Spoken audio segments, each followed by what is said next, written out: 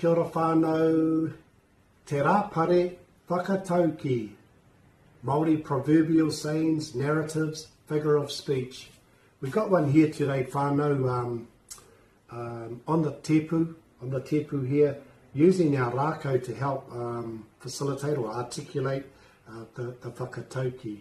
Because sometimes they're a little bit longer than e or tauanike, so we'll use the rākau to try and learn it. Ka pai, the thing is, all we want you to do today is to whakarongo, to listen to it, to just respond, just to say it, and not worry too much today about what it means, because that'll be part of your mahi koinga. Ka pai? Ka pai, Miriama. Miriama, he whakatauki tēnei nō reira, whakarongo mai, titiro mai. Miriama, whaia te iti kahurangi. Kōrero mai. Whaia te iti kahurangi. Ka pai, anō. Whaia te iti kahurangi. Ka pai. Whaia te iti kahurangi. Kei te tuohu koe. Kei te tuohu koe. Kōrero mai. Kei te tuohu koe. Ka pai, anō Miriama, ka pai. Kei te tuohu koe. Ka pai, Miriama. Whakarongo. Titiro. Ka pai. Whaia te iti kahurangi. Kei te tuohu koe. Whaia te iti kahurangi. Kei te tuohu koe. Ka pai. Anō. I know you love it. Whaia te iti kahurangi. Ka pai. Kei te tuohu koe. Ka pai. Me he maunga teitei. Me he maunga teitei. Me he maunga teitei. Anō.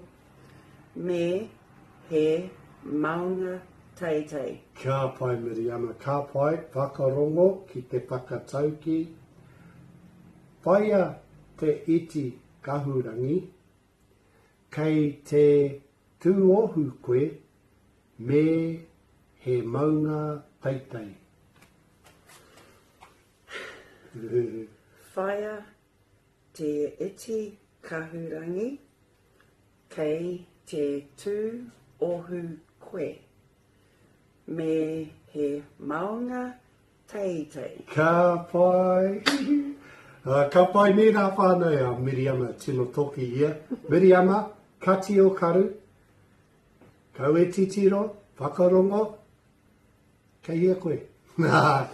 Miriama, whaia te iti kahurangi. Kei te tuohu koe, me he maunga teitei. Kōrero mai. Whaia te iti kahurangi. Kei te tuohu koe. Me he maunga teitei. Oh, Miriama! Ka pai koe! Miriama! Oh! Ka pai, Miriama! Ka pai, tino toki ia whānau. Nō reira, koutou whānau. That's your mahi koinga.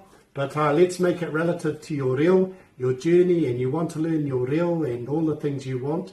There's a little bit of something to think about. You check it out. What does it mean? And learn how to say it whānau. Use some tapu, use some of your things at home if you don't have rākau, just to help you break it down and learn it for you and your whānau. Whaia te iti kahurangi. Kei te tuohu koe. Me he maunga teitei. Ka pai whānau, ka kite a pōpō Waiata Kīnaki. Ki.